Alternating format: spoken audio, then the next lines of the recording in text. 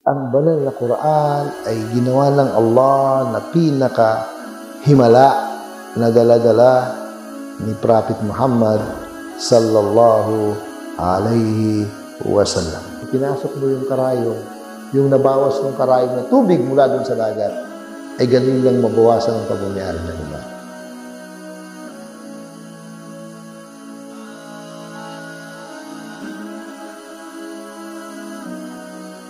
Bismillahirrahmanirrahim. Alhamdulillahi Rabbil Alamin. Wa nusalli wa nusallim wa nubarik ala al-mab'uthi rahmatan lil alamin. Nabiyyina Muhammadin wa ala alihi wa sahbihi ajma'in. Amma ba'd. Assalamualaikum warahmatullahi wabarakatuh. Mga minamahal po namin ng mga kapatid. Dito sa ating introduction, paunang kapaliwanagan hinggil sa maluwalhating Quran bilang himala, ay kung gusto natin pahabain, ay mahaba. Nga lang, introduction lang. Ngayon, papasok tayo dun sa kung ano talaga ang banal na Quran. Anong ibig niyang sabihin? Bakit tinawag siyang Quran? O Al-Quran? Al-Quranul Karim. Bakit siya tinawag na ganun? Dito ipapaliwanag natin mga kapatid. Merong napakaiksing kapaliwanagan o napakaiksing explanation patungkol sa kung ano yung banal na Quran. Ito ang sinabi ng isa sa mga nagpapaliwanag. Sabi nila, huwa kalamullahi ta'ala. Siya ay salita ng Allah subhanahu wa ta'ala. Al-munazzalu ala nabiyyihi Muhammadin sallallahu alayhi wa sallam. Na kung saan ipinahayag sa kanyang propeta na si Prophet Muhammad sallallahu alayhi wa sallam. Al-muta'abbadu bitilawate, na kung saan ibinilang bilang pagsamba, itinuring na pagsamba ang pagbibigkas nito. Ibig sabihin, kapag binasa mo ang banal na Quran, para kang nagdarasal sa kanyang gantimpala. Itong paliwanag, mga kapatid, ay meron 3 punto. Sabi na, salita ng Allah. Pangalawa, ay pinahayag ni Prophet Muhammad sallallahu alaihi wasallam. Pangatlo, kapag binigkas mo, ay para kang nagdarasal. Para kang nagsasalaw nagdarasal. Okay. Paliwanag natin, mga kapatid. Sabi nila, ito ay baka sa simpleng paliwanag. Darating pa mga iba pang paliwanag ha, na mas detalyado. Okay. Ngayon, nung sinabi ng salita ng Allah, ibig sabihin, labas dito ang salita ng tao. Hindi kasali dito ang anumang salita na hindi salita ng Allah. Kasi ito'y salita ng Allah subhanahu wa ta'ala. Halimbawa na lang. Kapag ako'y nag-translate, tinranslate ko yung, halimbawa, ang unang-unang verse ng Suratul Fatiha ayon sa yung Bismillahirrahmanirrahim. Yung aking translation, aking salita yun. Na bilang pagpapaliwanag ko dun sa salita ng Allah. Pag sinabi kong Alhamdulillahi Rabbil Alamin, ang papuri ay pag-ari lamang ng Allah, ang pagsamba, papuri, pagpapasalamat, ay pag-ari lamang ng Allah subhanahu wa ta'ala na siyang Rabbul Alamin, siyang nagmamayari ng sanglibutan. Salita ko yun. Ang salita ng Allah, yung Arabic na Alhamdulillahi Rabbil Alamin, o yung Arabic na Bismillahirrahmanirrahim, yun yung salita ng Allah. Yung paliwanag nun, salita na nung nagpaliwanag yun, hindi na yung salita ng Allah. At ibang lingwahe na, siyempre. Kahit sabihin pa natin, nagkakaroon ng kapaliwanagan sa wikang Arabic, salita na nagpaliwanag yun, hindi na yung salita ng Allah. Yun ang ibig sabihin, mga kapatid. Kaya katulad ng pinahawakan ngayon ng mga nasa labas ng Islam, nasabi na salita ng Diyos, paano maging salita ng Diyos? Ipinahayag ang salita ng Diyos sa wika ng mga propeta. Hindi namang wika ng mga propeta ang kanilang ginagamit, kundi kanilang wika, kanilang salita. Salita ng Diyos ba yan? Sa ating malinaw na maliwanag na katotohanan, hindi salita ng Diyos yun. Salita nung nag-translate yun. Kaya ngayon ang dahilan kung bakit iba't ibang aklat na iba't ibang klase na ng version ng Bible ang lumabas kasi puro translation na binabago, dinagdagan, binabawasan, binabago. Salita ng tao na yun, hindi na salita ng Diyos. Okay? Malinaw. Kaya ang tinutukoy na banal ng Quran ay salita ng Allah, hindi salita ng sino man. Al-munazzalu ala Nabi Muhammadin sallallahu alaihi wasallam, ipinahayag sa kanyang propeta na si Prophet Muhammad. Ibig sabihin, labas dito. Labas dito ang anumang aklat ay pinahayag sa ibang propeta. Hindi kasama sa tinutukoy natin ng Torah ni Moses, Suhuf ni Ibrahim, ni Abraham, at ang Torah ni David, ni Daud, at saka si Sulaiman, si Solomon, at Injil, Ebanghelyo ni Jesus Christ. Hindi, labas dito, tinutukoy natin, Quran lang. At yun ang pinakamatinding pagkakaiba na malinaw na pagkakaiba ng Quran, ang banal na Quran, ang maluwalhating Quran, ang pinakakaiba niya sa ibang aklat. Ang ibang aklat ay hindi mo na makita yung original. Samantalang ang Quran ay nandiyan pa yung original niya, yung Arabic niya. At kung sakaling hanapin natin ang pinaka-original niya, makikita pa natin sa atin, makita mga kapatid, sa Istanbul, sa Turkey. Bakit? Ano ba ang Quran doon sa Turkey na wala sa ibang lugar? Kung meron man, hindi na siya kumpleto, hindi na nabuo, pinabawasan. Hindi, kabahagi lang, hindi na yung kumpleto. Ang kumpleto na sa Turkey. Ano yung nasa Turkey na ito? Papaliwalan natin ng konti mga kapatid, ha? Ang nasa Turkey na banal na Quran o mga maluwalhating Quran ay isinulat nung panahon ni Uthman radiyallahu an. Uthman ibn Affan radiyallahu an. Okay, paano kasi nangyari yung pagsulat mga kapatid? Ilalahad natin ng konti. Although na itong pagsulat na ito, pangalaga sa banal na Quran mga kapatid, kung gusto niyo hanapin ng medyo maiksi pero detalyado, basahin niyo ang translation ng At-Tafsir al-Muyassar, ang pinakamagaan na pagpapaliwanag ng banal na Quran, na makita niyo sa apps na ang Quran sa Tagalog. May apps na gano'n green siya na apps na ang Quran sa Tagalog. Dalawang klase ng translation yon. Unang translation na nakalagay yung ICDO sa Jeddah. At pangalawang translation nakalagay doon ay translation ni Ahmad Jibril Salas. Nasa apps yun, kalat na yun. Kung gusto niyo, hanapin niyo. Kung gusto niyo magtanong, ay magtanong kayo sa mga Islamic Center. Pwede sa akin, meron ako noon. Nandun sa translation niyo mga kapatid, ha?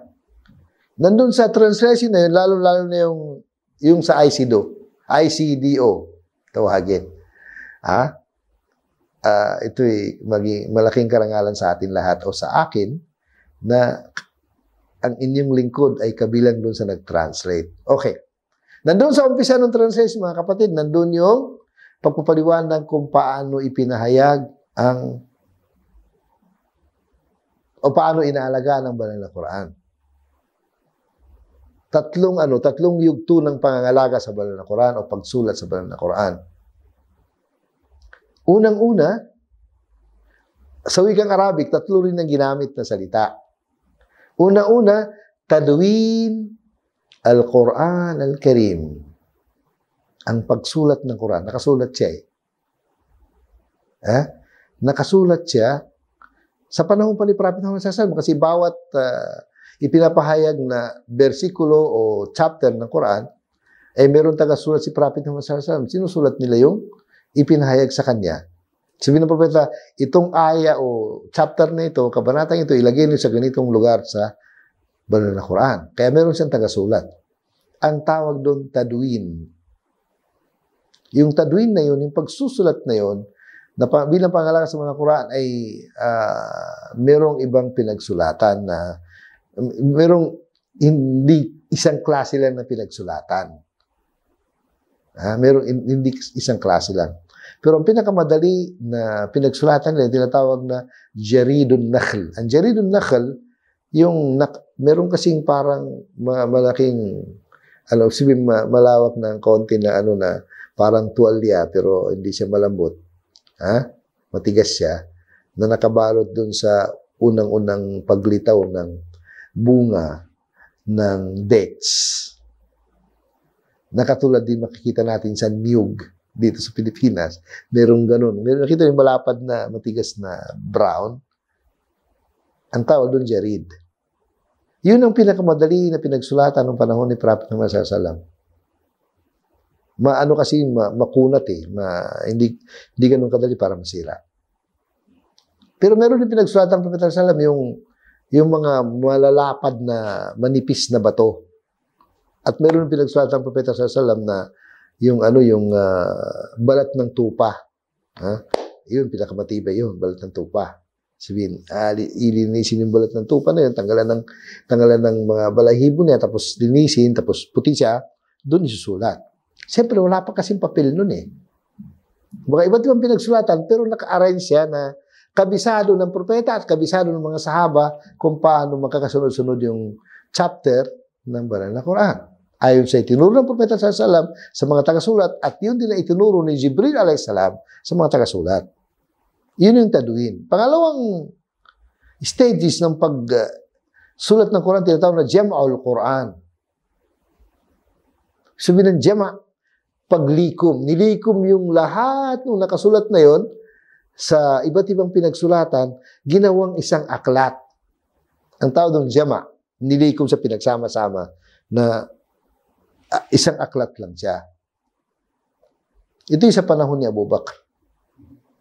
Siyempre, sa panahon ni Abu Bakar, ay medyo lumawak na ang area ng mga Muslim. Kaya, doon sa mga area na katulad ng India, China, gumagamit meron na silang ibang makalumang style ng parang tela na pinagsusulatan. Hindi pa papel na katulad sa ngayon. Okay? Kaya ang tawag doon, Jam'ul Quran, yung pinagsama-sama. Yung naisulat sa iba't ibang klase, isinulat sa isang klase na lang ng pinagsulatan. Isang uri lang ng papel na meron sa panahon na yon, na malatela ang dating. Okay? Pangatlo, na yugto ng pag-alaga ng Quran ay naskhul Quran. Ibig sabihin, naskh, pagkopya. Ikukopya mula doon sa nalikom, papunta doon sa panibagong pagsulat na nakaano na siya, nakarela siya. Sabihin, siyempre sa panahon na yung panahon ni Uthman ibn Affan, unang khalifa pagkatapos ng propeta, unang namuno si Abu Bakar, pagkatapos si Omar, sa panahon ni Uthman, yung pangatlong khalifa, ay nakagawa ng 6 na kopya. Pinakopya ni Uthman mula doon sa kopya na nakatago na hawak ni Hafsa. Kasi pagkamatay ng tatay niya, si Umar ibn Khattab, ay napunta sa kanya yung aklat. Yung Quran, napunta kay Hafsa. Na yung aklat na ito, ay ito yung pinaglikuman nung mga nakasulat sa maaaring 3, 4, 5 klase ng pinagsulatan, ginawang pinagsama-sama sa isang pinagsulatan na lang sa panahon ni Abu Bakar. Pagkatapos nun, nalipat kay Umar nung siya naging Amirul Mu'minin, naging Khalifa pagkatapos nung namatay si Umar, napunta kay Hafsa. Mula kay Hafsa, ikinopya ni Uthman yung nasa kay Hafsa, gumawa siya ng 6 na kopya. Si Uthman ibn Affan radhiyallahu an, mula dun sa kopya na hawak ni Hafsa. At yung nasa Istanbul, mga kapatid, galing dun sa 6 na kopya na ginawa ni Uthman ibn Affan. Ibig sabihin, ang edad ang edad nung Quran na nasa Istanbul ay more than 1,400 years na ang nakalipas. Ay nandoon sa isang museum sa Istanbul sa Turkey. Kaya yung pagliko mga kapatid, na which is, walang anumang aklat na dumaan sa ganung pangangalaga. Kaya yung sinabi ng Allah subhanahu wa ta'ala na siya mangangalaga. Ibig sabihin, ginawa niyang madali doon sa mga tao na yaon para gawin yung pangangalaga na yon na hindi na bago ang Quran. Sa kagustuhan ng nag-isang tagapaglikha ang Allah subhanahu wa ta'ala. Ipagpatuloy po natin mga kapatid. Diyan lang muna kayo.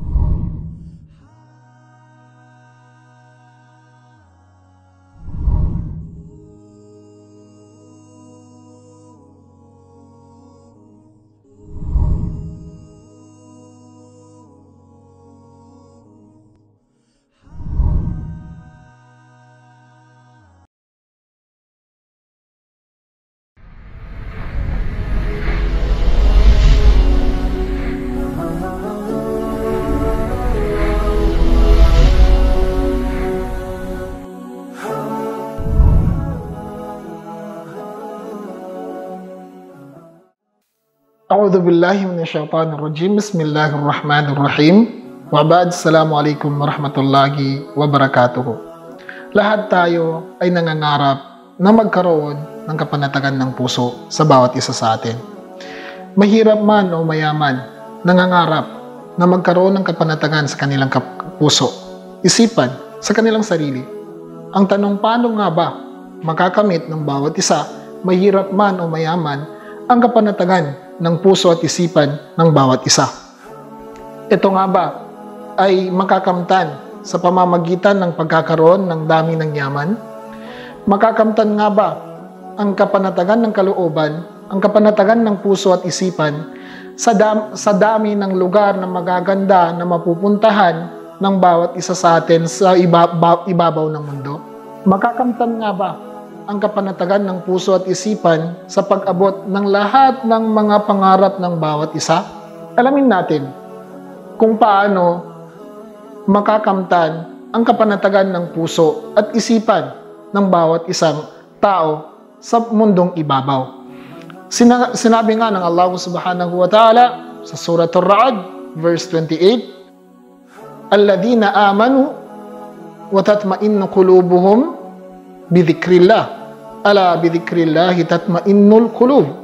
Hindi ba sabi ng Allah subhanahu wa ta'ala na ang pagkakaroon ng kapanatagan sa puso at isipan ng bawat isa sa atin, hindi ba ang pagkakaroon o pagkamit ng kapanatagan ng puso at isipan ng bawat isa ay sa pag-alala sa Allah subhanahu wa ta'ala? Sinabi nga sa aya, alladhina amanu, yung mga tao na nananampalataya sa Allah subhanahu wa ta'ala, yung mga nananampalataya sa Allah, sumasamba sa Allah subhanahu wa ta'ala, araw at gabi, sinasamba ang Allah subhanahu wa ta'ala, tatma'innu qulubuhum. Yun yung mga taong meron sa kanilang puso at isipan ang kapanatagan. Dahil ang mga taong nananampalataya sa Allah at palagi nang inaalala ang Allah subhanahu wa ta'ala, ipinaubayan nila ang kanilang sarili sa Allah subhanahu wa ta'ala.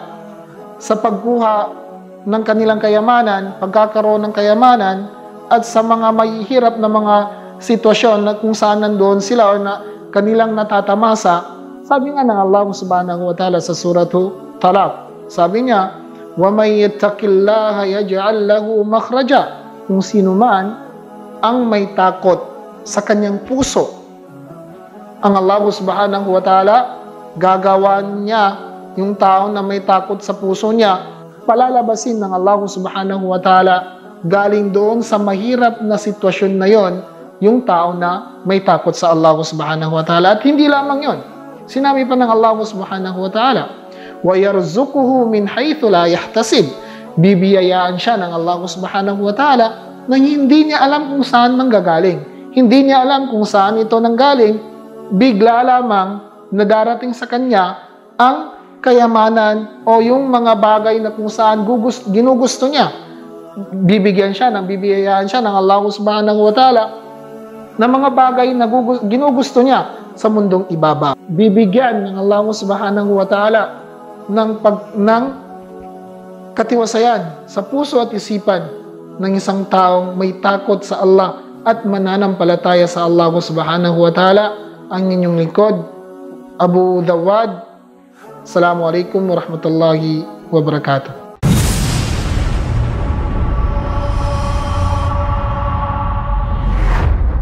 Yun ang nangyari, mga kapatid. Bali, naisulat o napangalaga ng banal na Quran sa ganung pamamaraan. Okay? Ibig sabihin na mula sa panahon ng propeta ay nakasulat na siya, kumpleto.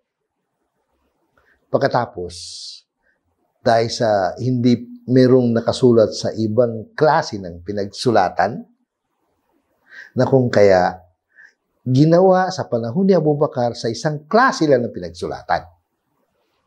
Kaya mali yung paliwanag ng iba, lalo na yung mga nasa labas ng Islam, na hindi nakasulat ang banal na Quran maliban ng panahon ni Abu Bakar. Yun yung malaking pagkakamali. Alam niyo, mga kapatid? Alam niyo kung ilan ang tagasulat ng propeta sallallahu alaihi wasallam? Ang dami ng tagasulat ng propeta ng banal na Quran ay more than 100 katao. May 100 katao. May 100 katao. Pagkatapos, ang naging popular dun sa tagasulat ng propeta sallallahu alaihi wasallam, meron nakilala na, kung di ko nakakamali, 40 katao, pero merong mahigit 10. Mahigit 10. Nakilala na talagang tagasulat ng Quran. Ngayon, mga kapatid, paglipat kasi ng propeta sallallahu alaihi wasallam sa Madina, pag migrate niya, pang ibang bayan niya mula Makkah papunta sa Madina, ay nakatagpo sila ng isang napaka-genius. Napaka-genius na bata na kung saan siya ay, ang edad niya nung dumating ang propeta sallallahu alaihi wasallam, kung di ako nakakamali, ay 10 o 11 taong gulang. Nung dumating ang propeta sallallahu alaihi wasallam sa Madina, itong tao na ito, ang edad niya ay 11 taong gulang, kung di ako nakakamali. Ang pangalan na si Zaid ibn Thabit radiyallahu an. Itong bata na ito ay matalino, malakas, matapang, very smart, madaling makaintindi, binigyan ng Allah subhanahu wa ta'ala ng utak na napakabilis at napakatindi. Himala ang kanyang memorization dahil pinag-aralan niya sa loob ng mahigit 10 araw ang wika ng mga Hudyo, kasi may mga Hudyo sa Madina eh. May 10 araw na isaulo niya lahat. Hindi mo na siya, kahit anong sabihin sa kanya sa wika ng Hudyo, alam na niya eh. May 10 araw lang. Kaya napakagaling na bata, si Zaid. Taga Madina siya. Kaya dahil sa nakita ng propeta, itong batang ito napakagaling, napakatalas ng kanyang memorization, napakatalas ng kanyang isip, napakatalino, napakatapang, napakasipag, napakalakas, ay pinili siya ng propeta sallallahu alaihi wasallam na siya ang mamumuno sa pagsulat ng Quran. Siya ang napili na siya ay murang edad pa lang. Kaya kumbaga sa sabihin natin edad niya 14, 15, siya ang head na ng tagasulat ng Quran. Si Zayd ibn Thabit radiyallahu an. Kaya, ang punto dito, ang gusto ko kasi ilabas dito mga kapatid, nung isinulat, kumbaga nabubuo na ang Quran na kumpleto na, ay siya na ang head ng tagasulat, siya na namumuno. Pagkatapos nun, naging pinuno siya ng tagasulat ng banal na Quran. Lahat ng revelasyon sa panahon niya ay naisulat niya nung nasa Madina ng Propeta sallallahu alaihi wasallam. At napili siya na mamumuno sa pagsulat ng Quran sa murang edad na yon. Siyempre kasi mga matatanda sa kanila ay naging abala, naging busy na, kaya kailangan nila ng bata na katulad ni Zayd. Malakas, maliksi, matalino, masipag, genius. Kaya siya ang nag-lead na ng tagasulat ng Quran sa panahon pa ni Prophet Muhammad sallallahu alaihi wasallam. Nung isinulat ang banal na Quran sa panahon ni Abu Bakar, siya pa rin ang head, siya pa rin ang nagli-lead sa tagasulat. Nung nilikom na sa panahon ni Abu Bakar, nung kinopya sa panahon ni Uthman, siya pa rin ang head. Allahu Akbar. Kaya sa 3 yugto ng paglikom o pagsulat ng Quran, ay namumuno si Zayd ibn Thabit radhiyallahu anhu. Isang pinuno lang. At yung isinulat ngayon, na merong kopya ngayon sa Istanbul, ay siya ang namuno sa pagsulat noon. Allahu Akbar mga kapatid. Di ba himala? Paano nangyari na hindi napunta sa iba ang pamumuno, paglilid, pamamahala sa paglikom, pagsulat, pagkopya ng Quran? Isang tao lang? Opo, isang tao lang mga kapatid. Kaya talagang inalagaan ng Allah sa ganung napaka-practical na pamamaraan ang banal na Quran, na kung saan ipinahayag kay Prophet Muhammad sallallahu alaihi wasallam. Ngayon mga kapatid, hindi pa tayo tapos doon sa paliwanag yung ng banal na Quran, yung explanation o definition. Definition ng ibig sabihin ng Al-Quran. Yung 3 point. Pupunta tayo sa pangatlong punto mga kapatid. Ang pangatlong punto, sabi ng mga scholar, al-muta'abbadu bitilawati. Itinuring o kabilang sa pagsamba sa Allah ang pagbibigkas ng aklat na ito. Bakit itinuring ng Allah SWT bilang pagsamba sa kanya yung pagbibigkas ng Quran? Kahit sabihin pa natin, hindi mo pa naintindihan ng kahulugan nito, pero pagsamba pa rin. Kahit hindi mo naintindihan. Siyempre, mas malaki yung reward kapag naintindihan mo. At mas malaki yung reward, siyempre, kapag magaling ka magbasa. Pero hindi na ang hulugan. Na nawalan ng pag-asa yung hindi masyadong magaling. Kasi sabi ng Propeta sallallahu alaihi wasallam, man qara'a al-Qur'ana wa yutaqti'u fi falahu ajran. Ang sino man na nagbigkas ng Quran na nahihirapan siya magbigkas dahil hindi siya Arabo, halimbawa, hindi siya sanay, hindi niya nahirapan siya sa wikang Arabic, magkakaroon siya ng 2 gantimpala. Ano sabihin ng 2 gantimpala mga kapatid? Bakit ano bang gantimpala ng pagbibigkas ng Quran bilang pagsamba? Sabi ng Propeta sallallahu alaihi wasallam, man qara'a harfan min al-Quran o kama qala sallallahu alaihi wasallam, Sino man ang nagbigas ng yung isang letra, hindi word, letra, ng banal na Quran ay ang anong gantimpala niya? Ashru hasanat. 10 hasanat. Sabi ng Prophet sallallahu la aqul alif lam mim harf. Hindi ibig sabihin ng sinasabi ko yung alif lam mim katulad sa suratul Baqarah, alif lam mim, sabi na alifun harf, wa lamun harf, wa mimun harf. Ibig sabihin, kapag binigkas mo yung alif lam mim, meron kang 30 hasana. Meron kang 30 hasana. Ibig sabihin, kapag nabasa mo yung isang pahina ng banal na Quran, isang pahina, 1 page. Ilang page ang banal na Quran? Nasa 604. Diba? Isang pahina ng banal na Quran, ang gantimpala mo ay more or less ay 4,500 hasana. Ang reward mo ay more or less 4,500 na kabutihan. Sa isang page pa lang. Ay kung nahirapan ka magbigas dahil nahirapan ka magbigas ng Arabic, sabi ng propeta, falahu ajran, meron siyang 2 gantimpala. Ibig sabihin yung 4,500 ay magiging 9,000. Kaya hindi ibig sabihin mga kapatid, kapag nahirapan ka magbasa ay ng problema kasi hindi mo kayang pantayan yung magaling magbasa, mapapantayan mo rin.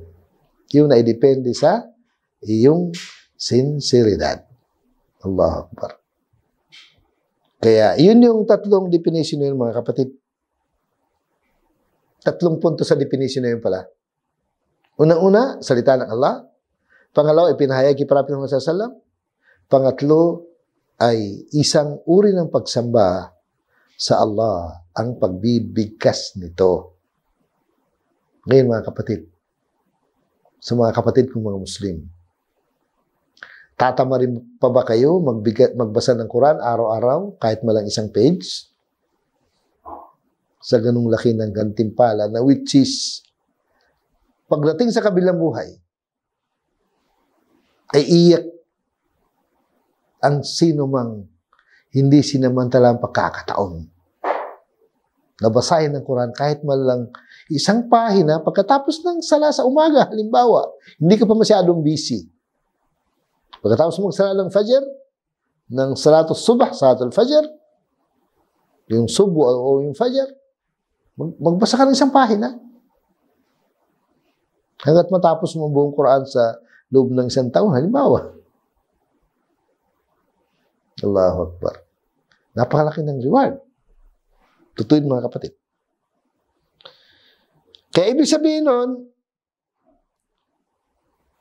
isa yun sa mahalagang meron sa Quran ay itinuturing na pagsamba ang pagbibigkas nito.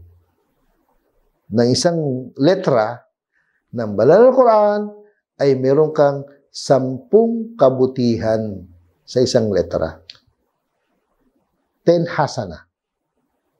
10 kabutihan ang reward mo sa isang letra. Sabi ng mga scholar, ibig sabihin nun, labas dito ang Hadith Qudsi. Bakit kasi Hadith Qudsi ang nabanggit na unang nabanggit? Kasi ang Hadith Qudsi kasi tinatawag na Hadith Qudsi ay salita ng Allah. Pero hindi siya Quran. Ang tawag sa kanya Hadith. Kahit ito'y salita ng Allah, ay hindi siya Quran. Meron kang reward sa pagbabasa nito, pero hindi magiging kapantay ng banal na Quran. Meron kang reward. Ang Quran kasi, ginawa ng Allah, sakto 10 kabutihan sa isang letra. Ang bigkas mo. Dito, hindi na. Depende na dun sa kung gaano ka kasinsir, ano yung nakuha mong kapakinabangan doon sa binigkas mo, doon na sa dumidepende. Allahu Akbar. Katulad nung, ano yung halimbawa doon sa Hadith Qudsi, mga kapatid, na hindi Quran. Pero ang Allah nagsabi. Yung hadis na sinabi ng Allah, Ya ibadi, o aking mga alipin. Siyempre, sino magsabi ng salitang o aking mga alipin? Siyempre ang Allah. Sabi niya, Law anna awwalakum, wa akhirakum, wa insakum, wa jinnakum, qamu ala sa'idin wahid, fasa'aluni, fa'ataytu kulla wahidin minhum mas'alata, ma naqasas dhalika mimma indi, illa kama yanqusul mikhyatu idha udkhila fil bahr. Ang tawag doon sa, yung sinabi ko sa inyo, hadis qudsi. Ano yung sabihin nung salita na yun na binigkas ko sa inyo? Sabi niya, O aking mga alipin. Sino may sabi nito? Ang Allah. O aking mga alipin. Kahit ang kauna-unang tao sa inyo, kauna-unang tao, sabihin, una-unang tao, mula kay Adan. At ang kahuli-huli ang tao, sabihin, lahat ng tao. At kauna-unang jin. Ano yung jin? Yung mga hindi nakikita, katulad ng mga tinatawag natin na maligno, anuman, yung mga engkanto, ang tawag doon jin. Ang kauna-unang jin, ang jin kasi mga kapatid, ka-level natin, parang tao rin sa pagturing ng Allah na sumasamba rin sa Allah na katulad natin. May paraiso at saka impyerno rin para sa kanila. Nakatulad din natin. Diba? Sabi niya, ang jin, lahat ng jin mula sa umpisa hanggang sa katapusan. Ang punto dito mga kapatid, yung kapangyarihan ng Allah. Sabi niya, lahat ng tao mula sa umpisa hanggang sa katapusan, ang lahat ng jin mula sa umpisa hanggang sa katapusan, nagsama-sama silang lahat sa isang lugar. At humingi sila ng kahilingan sa akin. At ibibigay ko ang lahat ng kanilang kahilingan. Sabi ng Allah, hadis qudsi ito hindi mababawasan ng anuman ang meron ako, maliban lamang sa katulad ng isang karayom na ipinasok sa dagat at inangat. Ano ang nadala ng karayom na tubig? Sa tingin niyo kaya, may nadala ba siyang tubig? Isang karayom. Ganun lang mabawasan ang pagmamayari ng Allah na mas malawak pa kaysa karagatan na kapag pinasok mo yung karayom, yung nabawas ng karayom na tubig mula doon sa dagat, ay ganun lang mabawasan ang pagmamayari ng Allah. Yun ay hadis qudsi na may gantimpala ka kapag binigkas mo, may gantimpala ka kapag ipinaliwanag mo, pero hindi katulad ng Quran. Mas mataas pa rin ng Quran. Yun lang po mga kapatid. Maraming salamat. Jazakumullah khair. Assalamualaikum warahmatullahi wabarakatuh.